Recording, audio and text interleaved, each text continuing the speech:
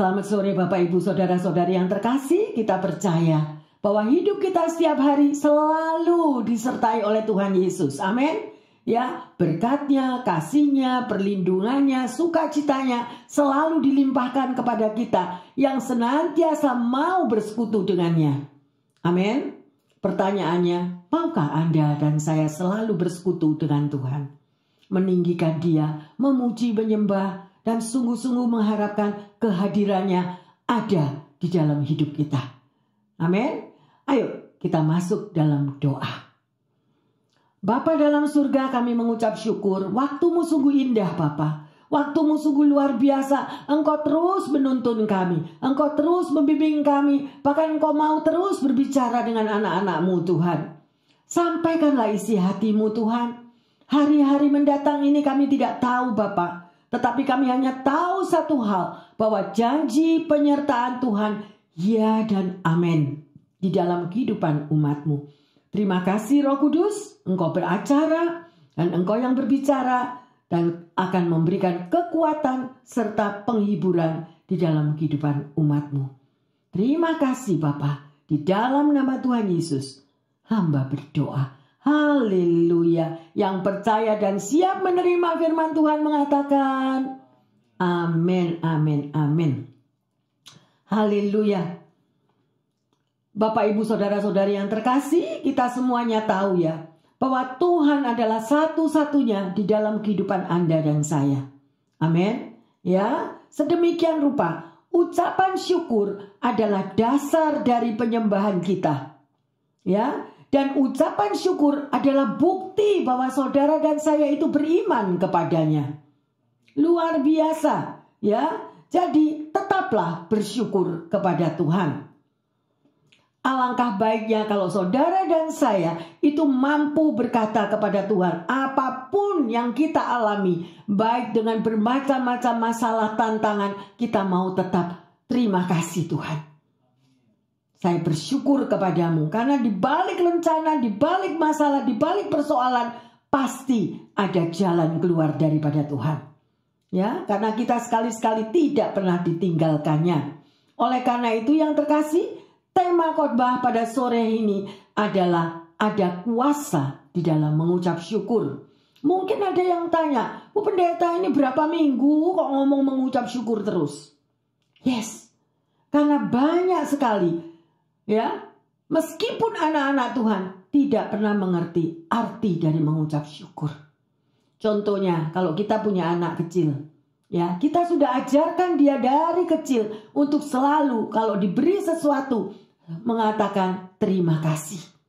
Betul? Nah, sekarang sangat sulit untuk memberikan pengertian kepada anak-anak Tuhan yang belum dalam pengetahuannya di dalam Tuhan atau tidak pernah membaca akan firman Tuhan, bahwa di dalam mengiring Tuhan Yesus itu disertai dengan pengucapan syukur.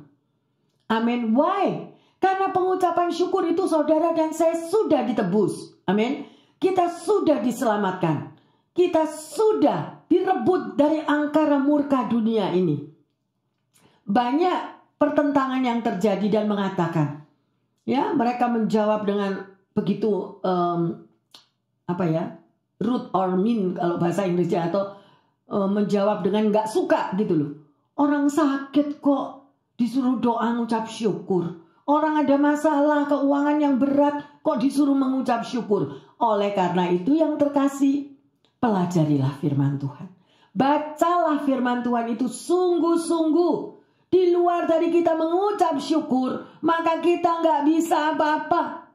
Saudara dan saya harus alami. Hanya orang yang sudah mengalami, mengerti. Ada mujizat di dalam mengucap syukur. Ada kuasa di dalam mengucap syukur.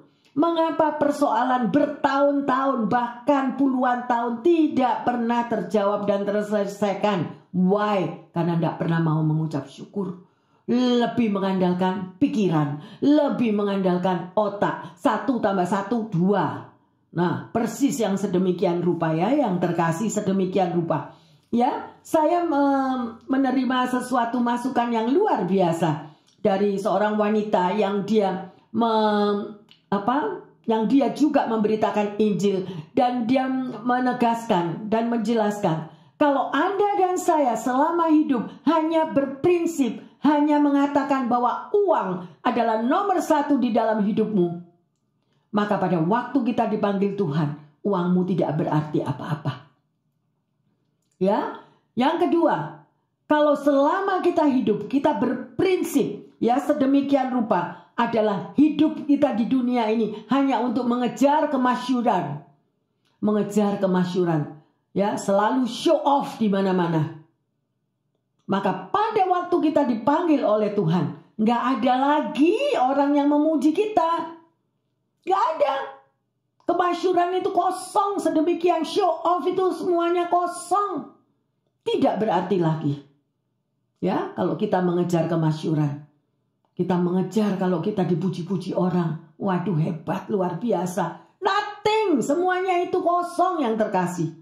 Dan jika kita mengandalkan kekuasaan, selagi kita hidup, aku harus berkuasa, aku harus lebih dari bos, aku yang harus menjadi. Nah, kekuasaan yang sedemikian rupa.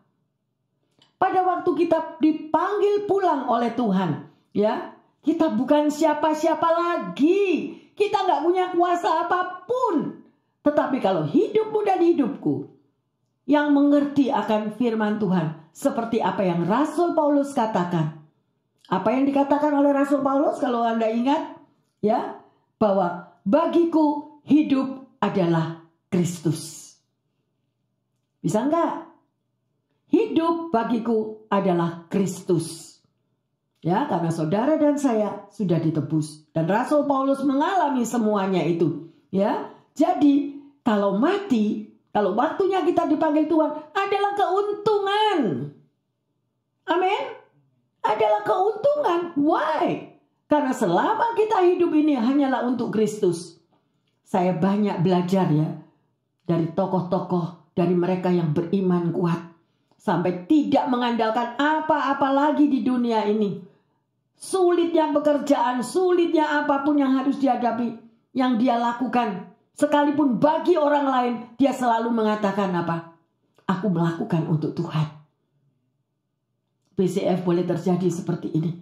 Dilakukan hanya untuk Tuhan. Bukan untuk manusia.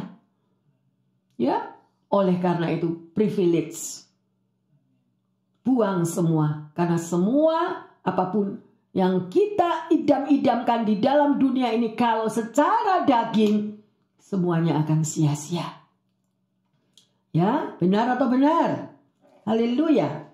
Ayo, ucapkanlah syukur senantiasa yang terkasih di dalam segala sesuatu. Ya, apapun. Kita baca di dalam Efesus 5 ayat 20. Ucaplah syukur senantiasa atas segala sesuatu dalam nama Tuhan kita Yesus Kristus kepada Allah dan Bapa kita. Amin. Ya, kepada siapa? Ucapkanlah syukur, ya. Senantiasa. Bukan cuma tahun baru, bukan cuma Christmas, bukan cuma dapat angpau, ya. Napas hidup ini loh setiap saat. Kalau ini berhenti 1 detik ini aja udah. Gimana? Saya mau tanya, pernah nggak punya pengalaman kalau orang kesedak? Tahu nggak orang kesedak gimana rasanya? Kayak ikan mas kan? Mencari napas itu. Karena kesedak. Ya, jalannya makanan masuk keliru. Nah, sedemikian gitu aja kalau bukan anugerah Tuhan kita nggak balik bye-bye. Benar? Pulang kemana? Ya kalau beres hidupnya. Kalau gak beres. Nah, ayo yang terkasih. Berarti hidupmu dan hidupku setiap hari, setiap waktu adalah apa? Kesempatan. Pakailah kesempatan itu untuk memuliakan Tuhan. Untuk menyenangkan Tuhan. Alami, praktek, hidup kita akan berubah. Penuh damai, penuh sukacita. Walaupun hidup kita simple. Tapi ada damai yang bertahta. Ya, haleluya, luar biasa yang terkasih.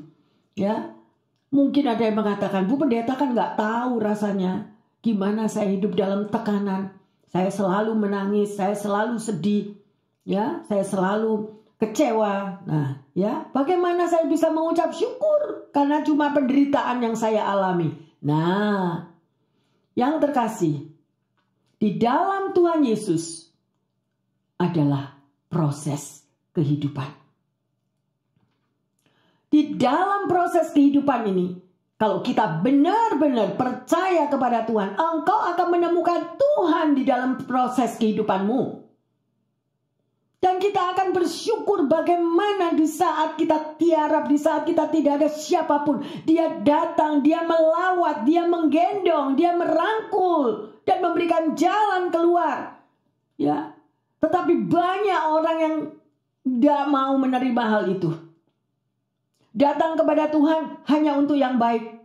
Pada waktu dia kecewa mengalami di dalam pekerjaan, aku tidak mau lagi ikut Tuhan. Saya mendengar itu berapa hari lalu. Gak Tuhan-Tuhanan. Nah, ya udah. Ya, orang yang berani berbicara sedemikian rupa bayarnya mahal.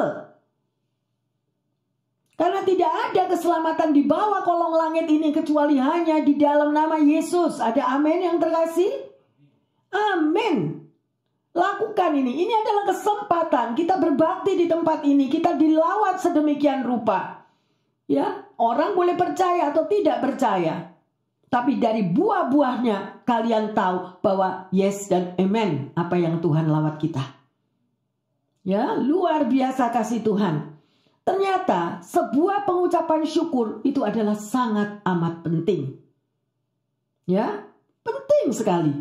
Sebelum kita mulai awali hari yang baru, turun dari tempat tidur, kita bersyukur. Tuhan luar biasa. Minggu ini adalah minggu berkat. Hari ini adalah hari yang penuh berkat Tuhan. Malaikatmu mengelilingi aku. Mungkin pada hari itu kita jatuh. Mungkin hari itu kita tersandung. Sehingga kita jatuh. Nggak apa. Tuhan bilang, sekalipun kamu jatuh, tapi tidak akan tergeletak. Bukan berarti kita diloloskan dari semua tantangan pergumulan hidup. No.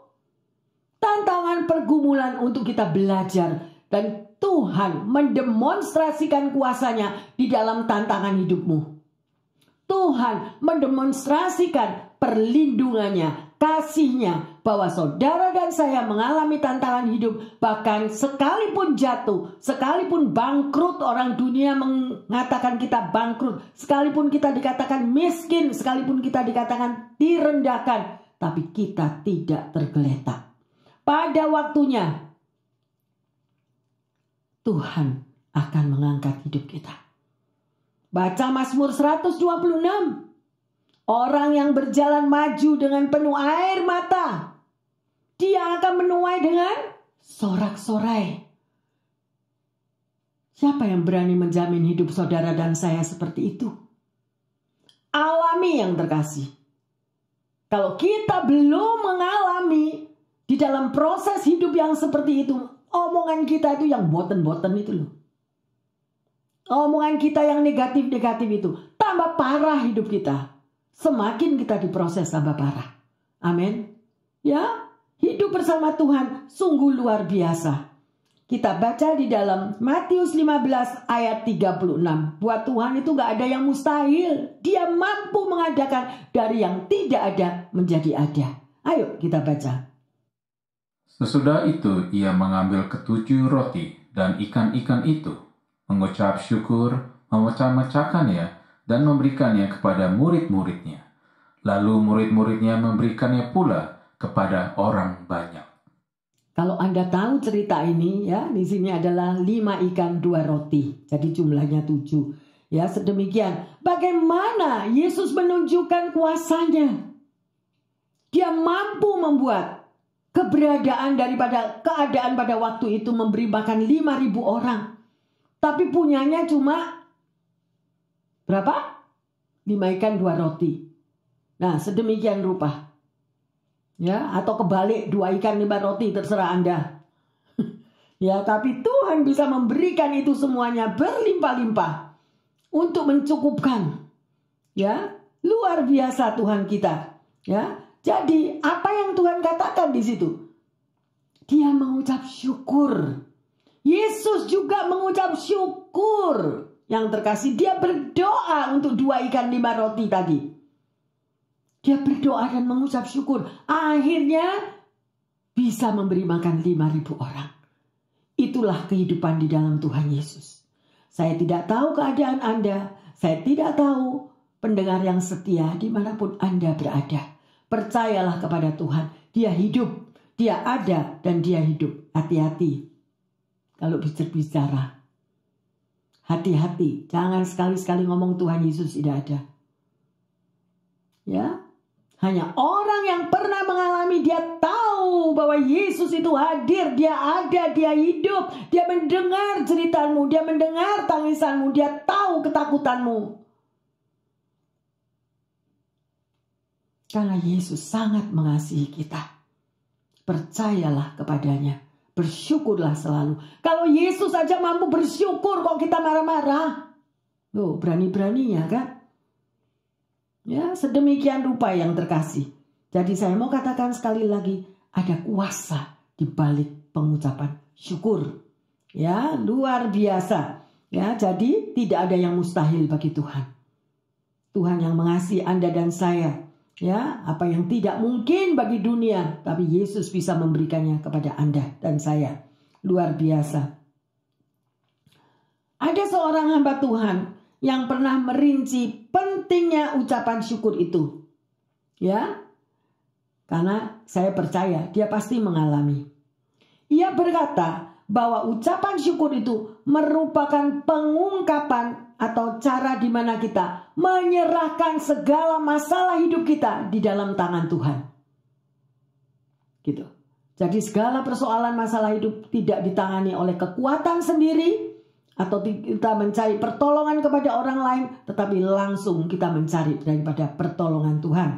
Ya, menyerahkan segalanya termasuk apa saja yang kita alami. Berserah sepenuhnya. Lah, ini adalah titik poin untuk berserah sepenuhnya. Surrender itu tidak gampang. Surrender itu tidak mampu. Jarang sekali kita mampu untuk bisa surrender sepenuhnya. Kalau kita bisa surrender sepenuhnya, itu anugerah.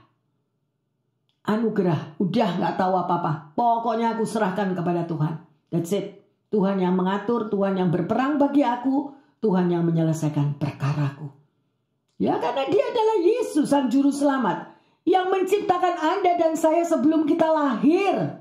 Loh, kok begitu kita lahir, mentang-mentang kita profesor atau mentang-mentang karier kita begitu tinggi, kita ngalah-ngalahi Yesus. Ya, pakai pikiran dulu nomor 1.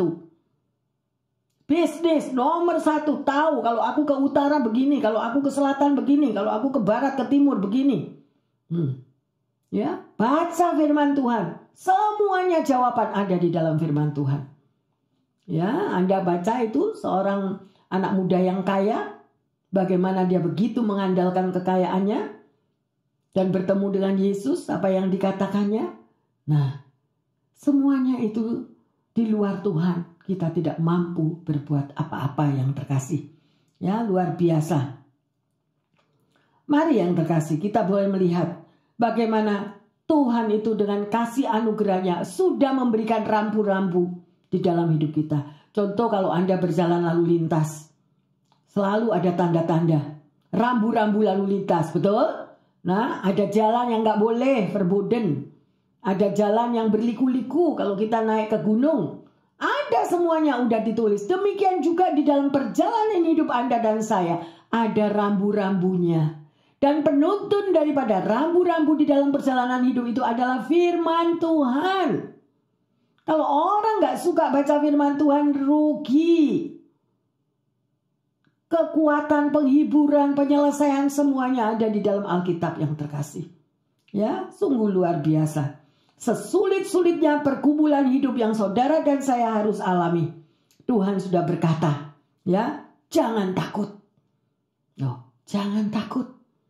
Ya, mungkin saudara mikirkan, aduh Bu Pendeta, ntar tahun 24 apalagi? Aduh, apalagi begini, apalagi gitu. Ayo kita baca Filipi 4 ayat 6. Janganlah kehendaknya kamu khawatir tentang apapun juga, tetapi nyatakanlah dalam segala hal keinginanmu kepada Allah dalam doa dan permohonan dengan ucapan syukur. Amin. Dikatakan di sini ya, jelas sekali. Jangan hendaknya kamu khawatir tentang apa? Apapun juga. Ya, sekalipun yang jomblo-jomblo, nggak perlu takut. Karena Tuhan tahu. Tadi pagi baru saya mendengar satu sharing, satu cerita. Kalau saya boleh sebutkan di sini sebentar. Yaitu seorang pendeta India. Dia seorang pendeta India dan dia seorang duda, punya anak. Karena dia pendeta terkenal, dia itu pergi dari satu negara ke negara yang lain untuk mengadakan KKR, untuk mengadakan sedemikian rupa pelayanan di mana-mana. Dan dia hidupnya terus terang karena dia populer, ya, dikejar banyak wanita. Saya sempat tadi cerita. Ya, dikejar banyak wanita yang mereka bahkan dia divorce, dia ditekan untuk dia mau menikah lagi. Padahal dia sudah janji dia tidak mau menikah. Dia tidak mau menikah, seluruh sisa hidupnya hanya untuk Tuhan. Tapi karena tekanan itu bertubi-tubi dan bertubi-tubi, akhirnya dia mengucap syukur. Tuhan, terima kasih untuk orang-orang yang mengejar-ngejar aku. Oke lah Tuhan, kalau aku mesti married, kalau aku mesti menikah, aku punya syarat Tuhan. Syaratnya apa? Berikan aku seorang wanita bule. Padahal dia India loh. Ya. Seorang wanita bule yang rambutnya pirang, blonde, matanya biru. Dan dia berkata, pasti gak ada itu. Pasti tidak ada, karena dia kan tidak mau married kan, dia tidak mau menikah. Nah, tapi dia nantang begitu. Aku gak bakal married, jadi supaya orang-orang wanita-wanita India itu menjauh dari dia.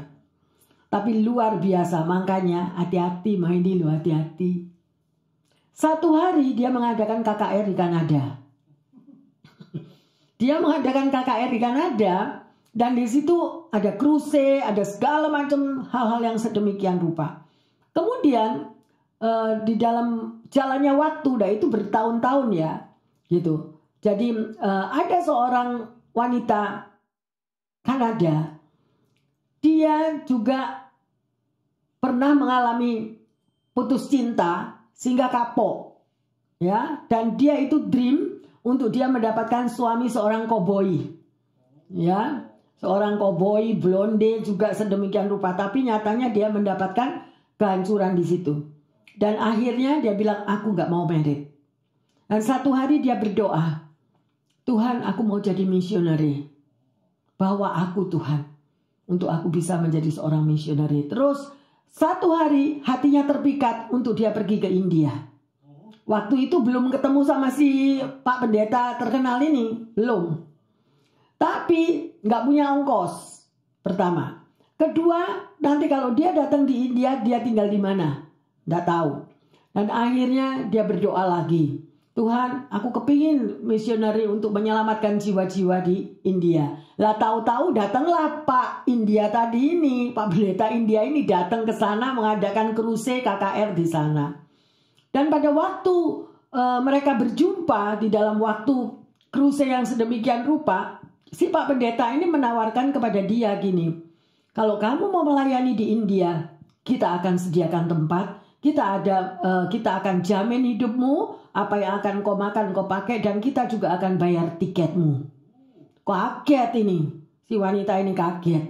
Lah yang ini kan juga nggak kepikir Pak Pendeta ini kalau dia bakal satu hari menikah dengan wanita ini, nggak kepikir karena dia sudah tutup hatinya, nggak mungkin.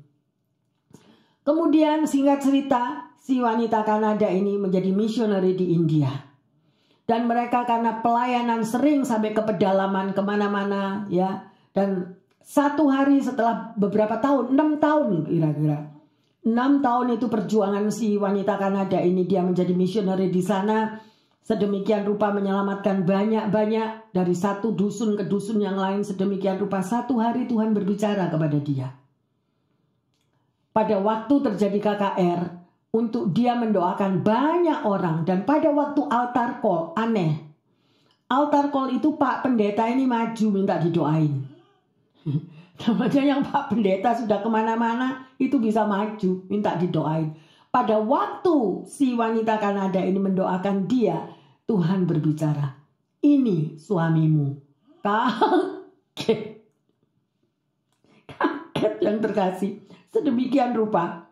Kemudian malu kan kalau perempuan ngomong dulu sama pria gitu loh. Tapi satu hari dia masih tetap pendam itu. Satu hari di dalam pelayanan bersama-sama, kebetulan mereka berdua di dalam mobilnya mogok di jalan. Mobilnya mogok di jalan, yaitu di sawah-sawah sedemikian rupa. Apapun Tuhan bicara, saat ini kamu ngomong.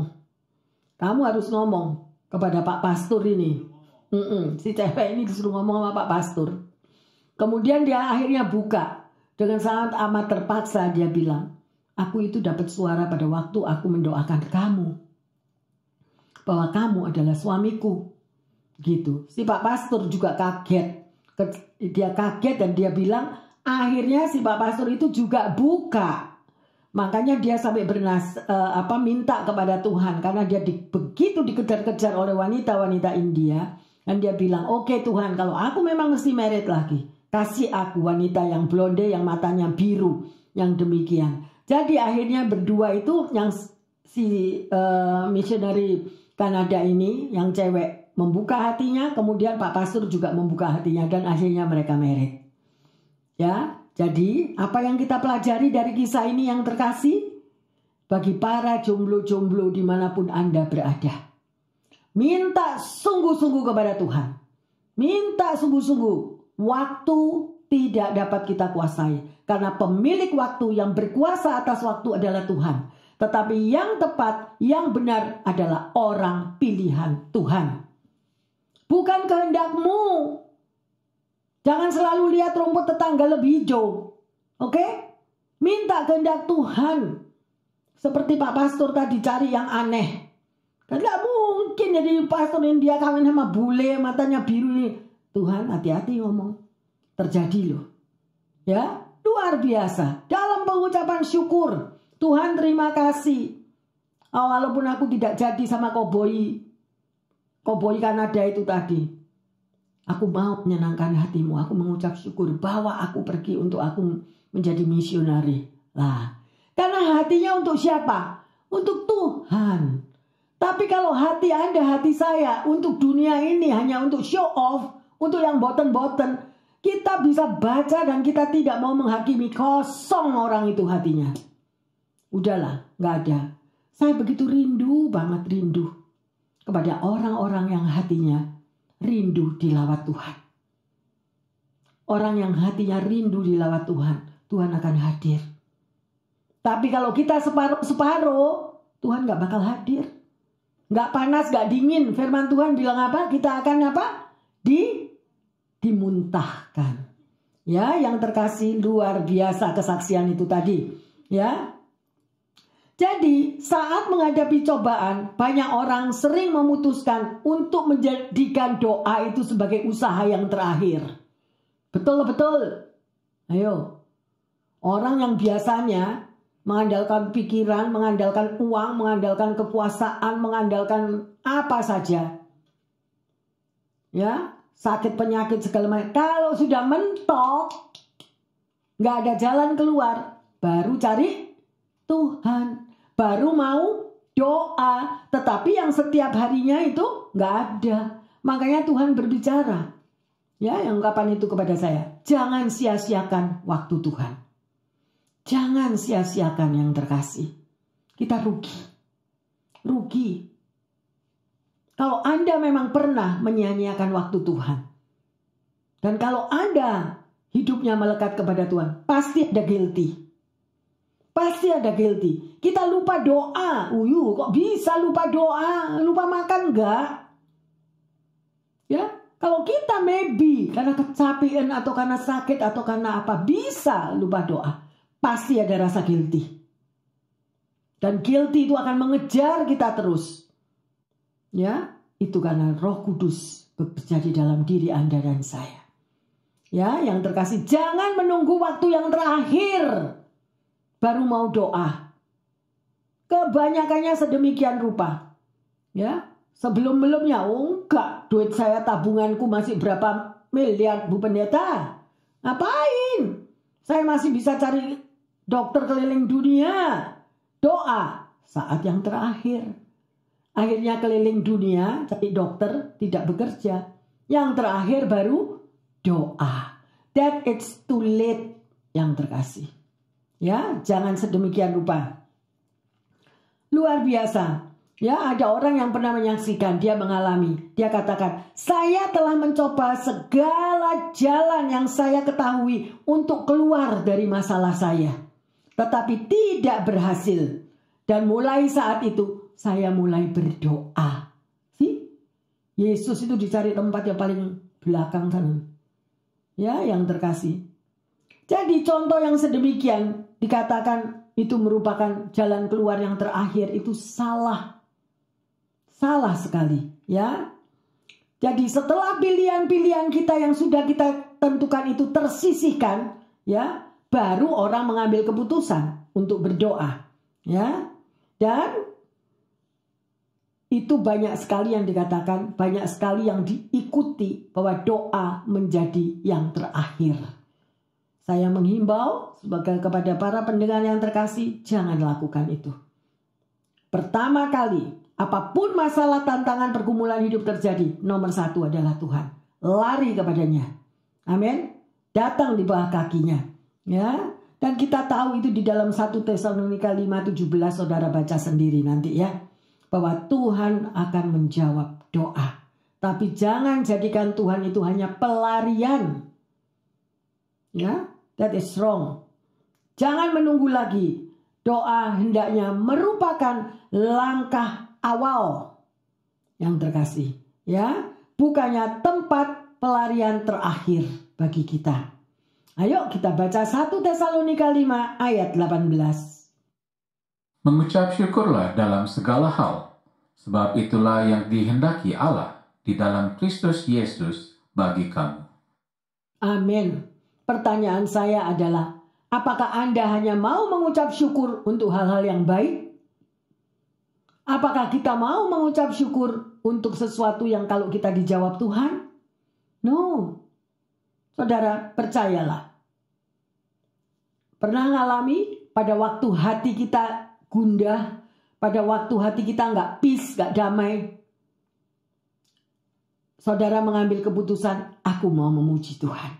Tapi ada orang yang mengatakan gak bisa dong aku muji Tuhan, aku sumpah, aku sedih, hatiku hancur, apalagi kalau ditinggal pacar. Ya, udah rasanya. Gak bisa semua. Oke, Tuhan tahu kelemahan kita. Kalau kita gak bisa, pasang pujian. Pasang penyembahan.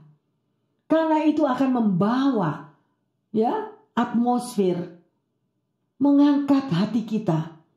Supaya hati kita itu terjamah sedemikian rupa. Tuhan tahu kelemahan kita. Kalau kita nggak bisa berdoa, nggak bisa memuji, menyembah, pasang pujian. Dengarkan khotbah. Dan itu akan menggugah dan memberikan kekuatan baru kepada kita. Amin. Haleluya. Ya, sedemikian rupa. Maka saudara dan saya akan mengalami pemulihan. Carilah Tuhan selagi ada waktu. Itu firman loh yang ngomong. Selagi ada waktu, carilah Tuhan. Jangan tunggu kehabisan waktu. Kalau orang sudah meninggal, udah gak bisa muji nyembah kan? Nah, ini adalah kesempatan. Saudara duduk di sini, ini privilege. Luar biasa. Kita gak tahu kapan hari esok. Ya, tapi kalau kita tahu dan kita selalu bersyukur, terima kasih Tuhan. Seluruh sisa hidupku hanya untuk Engkau. Saudara, seluruh sisa hidup Anda untuk siapa? Untuk karierku, untuk anakku, untuk bosku, nah, untuk keluargaku. Sedemikian rupa, berikan. Karena yang menciptakan Anda dan saya adalah Tuhan Yesus. Sebelum kita lahir, Yesus sudah tahu. Nah, kalau kita sudah lahir, pasti ada rancangan Tuhan bagi setiap pribadi. Rancangannya apa? Amanat agung. Saya belum lihat loh yang di sini amanat agung. Ya, untungnya BCF ini record. Ya, amanat agung itu apa? Jadikanlah semua bangsa apa? Murid-muridku.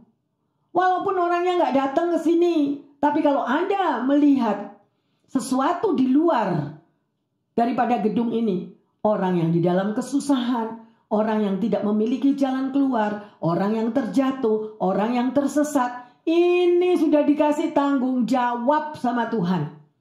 Jadikanlah semua bangsa muridku. Why kok muridku?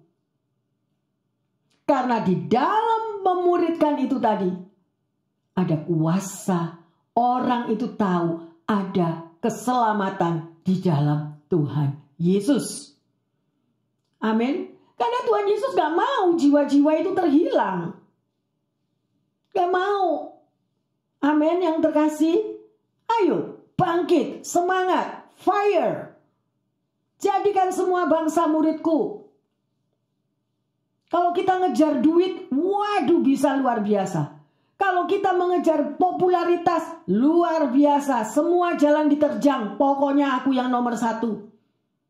Apakah kita sudah bawa jiwa? Lah kalau hidup kita sendiri itu menjadi batu sandungan buat orang lain. Orang lain yang menilai kita.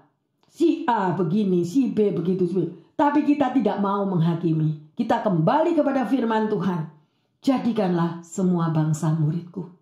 Tapi untuk Anda dan saya, ya, melakukan tugas itu. Apakah kita sendiri ini sudah jadi murid? Big question. Apakah kita sudah menjadi murid Kristus yang terkasih? Apakah kita mempunyai hubungan intim setiap hari dengan Tuhan? Apakah kita sudah menjadi berkat bagi sekeliling kita? Ya. Kalau saya tadi melihat vision tadi, Yesus itu seperti teropong yang bersinar luar biasa. Hendaklah hidup setiap pribadi, pendengar yang terkasih dimanapun Anda berada. Jadilah terang. Jadilah terang untuk menerangi sekeliling kita yang hidup di dalam kegelapan. Harus berani berbicara. Berani ngomong, membawa jiwa-jiwa kepada keselamatan. Karena waktu ini sangat terbatas. Dan firman Tuhan mengatakan, ya, Dia datang sebagai pencuri. Apa artinya pencuri?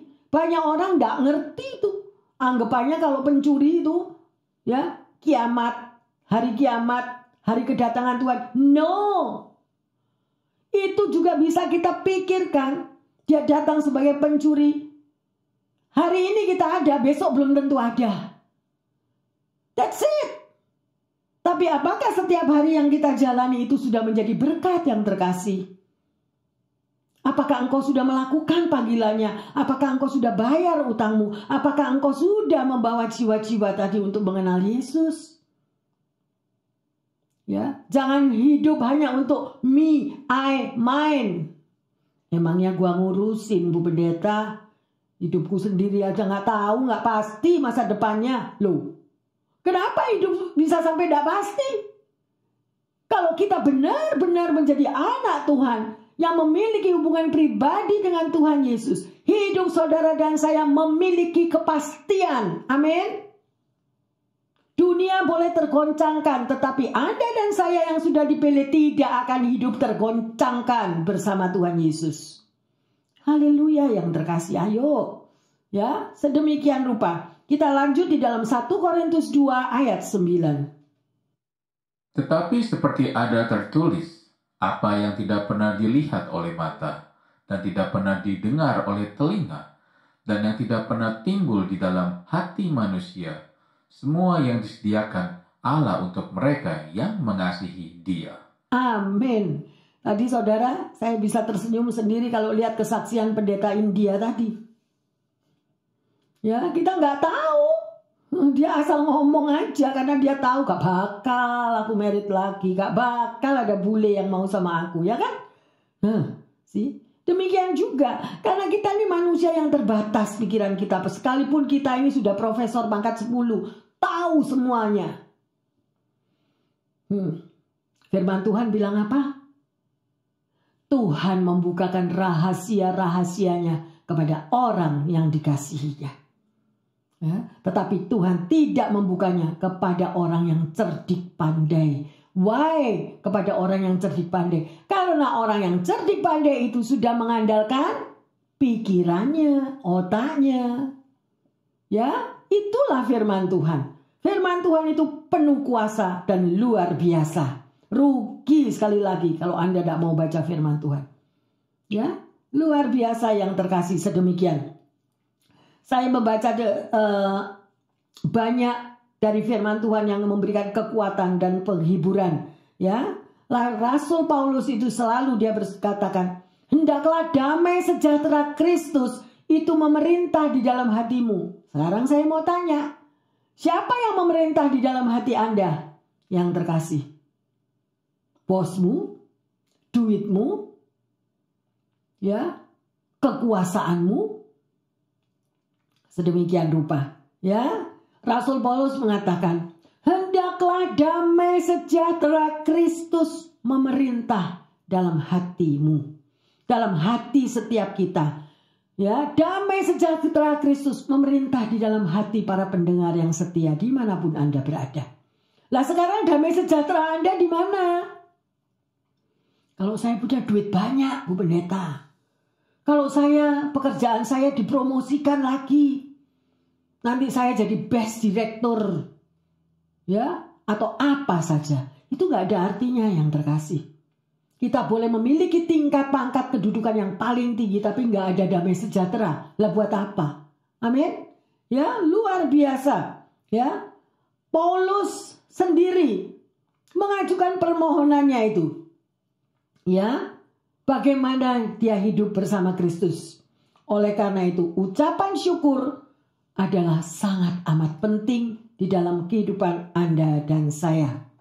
Ya, ada seorang murid sekolah Alkitab di Evanston, Illinois, yang menjadi anggota regu penyelamat. Pada tahun 1860, sebuah kapal kandas di tepi danau Michigan dekat Evanston. Dan Edward Spencer berulang kali berjalan di air yang beku untuk menyelamatkan 17 penumpang kapal. Dalam proses penyelamatan itu, kesehatannya menjadi buruk. Beberapa tahun kemudian, akhirnya Edward meninggal dan dia dimakamkan. Dan diketahui bahwa ternyata tidak ada satupun orang yang diselamatkannya mengucapkan terima kasih kepadanya. Itulah dunia yang terkasih. Itulah dunia.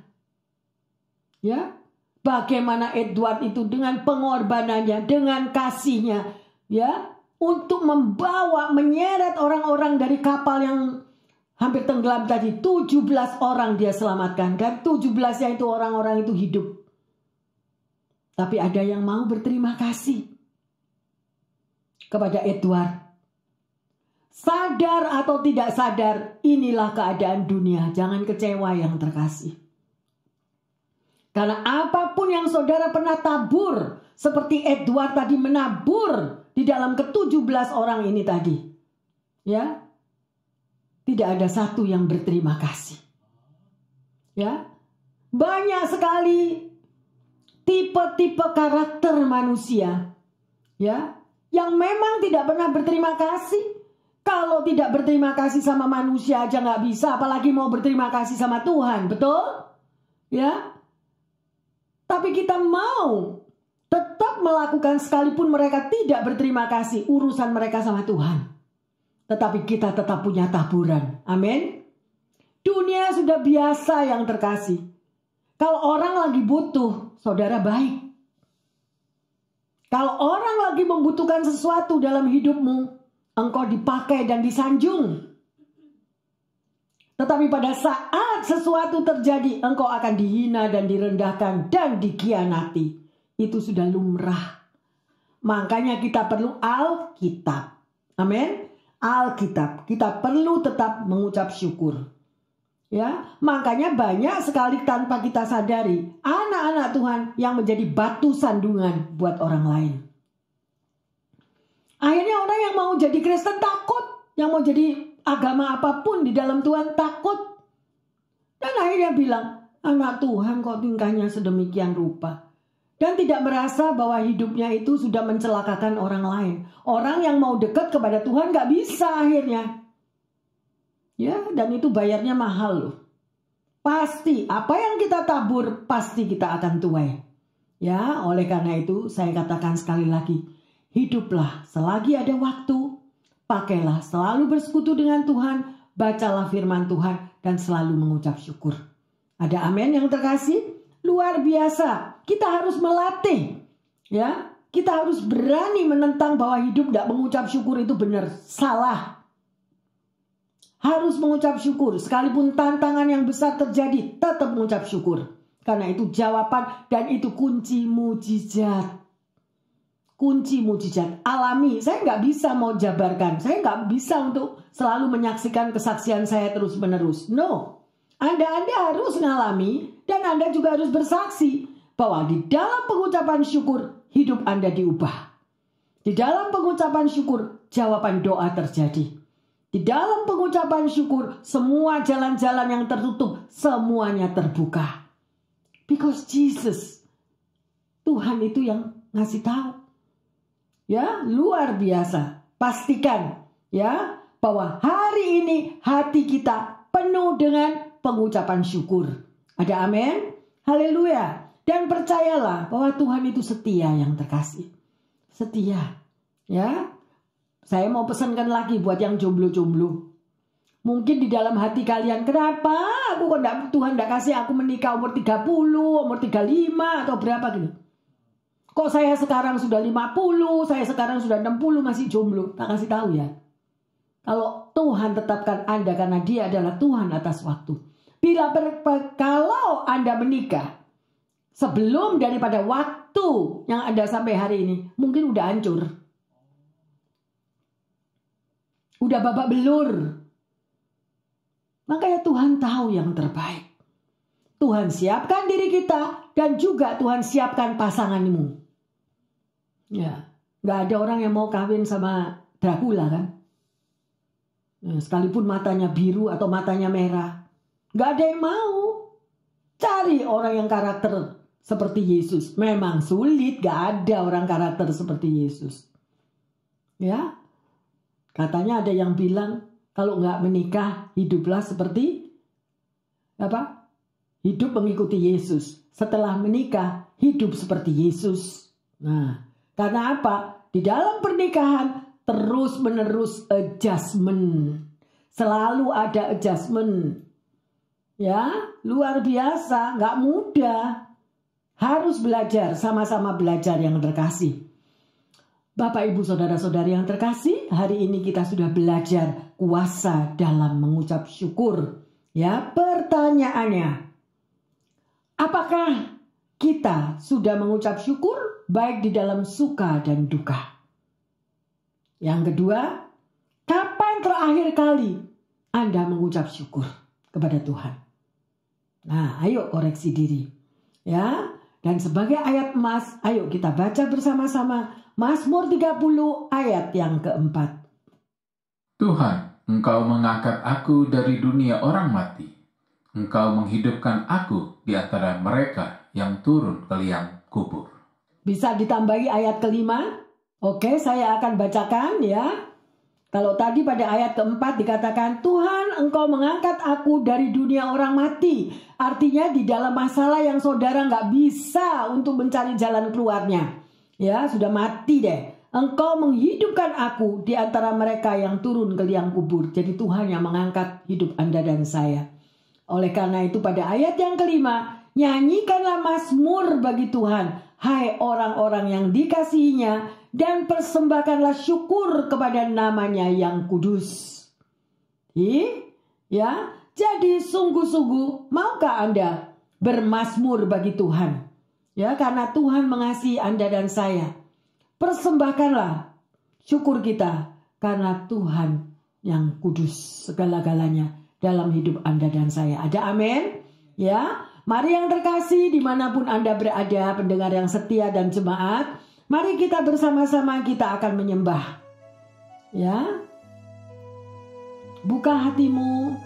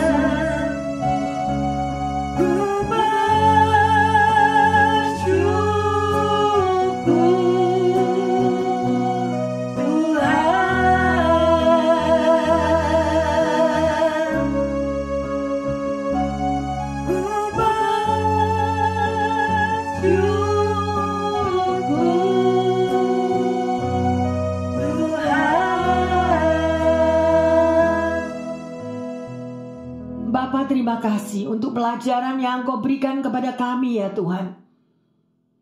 Biarlah Tuhan Engkau tetap taruh, terekam di dalam hati dan kepikiran kami untuk selalu bersyukur kepadamu. Karena di balik daripada pengucapan syukur kami ada kuasa yang mampu mengubahkan segala situasi kondisi daripada setiap kami ya Bapa. Terima kasih Allah Roh Kudus. Kami percaya bahwa apa yang sudah Kau firmankan di dalam kehidupan kami akan menjadi berkat, kekuatan, dan penghiburan bagi setiap kami. Penuhi hati anak-anak-Mu Tuhan. Penuhi hati daripada setiap pendengar yang setia dimanapun mereka berada. Dengan hati yang selalu mau mengucap syukur. Sehingga kami tetap lebih dan lebih lagi percaya dan beriman kepadamu. Karena di dalam pengucapan syukur ada mujizat. Di dalam pengucapan syukur ada jalan keluar di dalam setiap rancanganmu yang indah dalam hidup umatmu. Terima kasih Bapa. Hamba berdoa secara khusus bagi anak-anakmu yang saat ini lagi terbaring kekurangan kesehatan. Bahkan Tuhan, mereka mengharapkan daripada mujizat kesembuhan terjadi.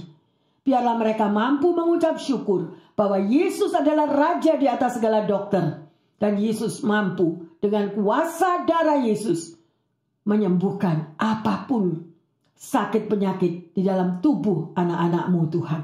Beri mereka semangat hidup. Beri mereka hati yang penuh sukacita. Percaya kepadamu bahwa tidak ada yang mustahil bagi Tuhan. Penyakit apa saja ya Tuhan, kami percaya dan kami bawa kepada Engkau. Demikian juga yang saat ini lagi mengalami kesulitan finansial. Mereka yang membutuhkan pekerjaan. Mereka yang membutuhkan Tuhan kehidupan rumah tangga di dalam ekonominya. Untuk menyekolahkan anak-anaknya. Untuk studi anak-anaknya. Tuhan Kau cukupi mereka. Berikan terobosan Bapa. Kalau burung-burung di udara Tuhan pelihara. Demikian juga anak-anakmu ini Tuhan. Engkau mampu mengadakan dari yang tidak ada menjadi ada. Hanya bersyukur dan berdoa agar Tuhan memberikan hikmat, marifat, dan wahyu apa yang harus mereka akan lakukan. Bapa, janji-Mu ya dan amin. Apa yang tidak pernah kami pikirkan dan apa yang tidak pernah kami bayangkan itu Kau sediakan dan Kau berikan kepada anak-anak-Mu yang mengasihi-Mu dan yang selalu mengucap syukur kepadamu. Terima kasih Bapa dalam surga, untuk waktu yang indah, waktu yang luar biasa, yang sudah menggerakkan hati setiap kami, bahwa ada mujizat dan ada kuasa di dalam pengucapan syukur. Di dalam nama Tuhan Yesus, hamba berdoa dan bersyukur. Haleluya. Amin, amin, amin. Bapak, Ibu, Saudara-saudari yang terkasih, dimanapun Anda berdoa, ya, milikilah gaya hidup mengucap syukur dimanapun Anda berada. Tuhan Yesus memberkati semuanya. Yang percaya mengatakan amin, amin, amin.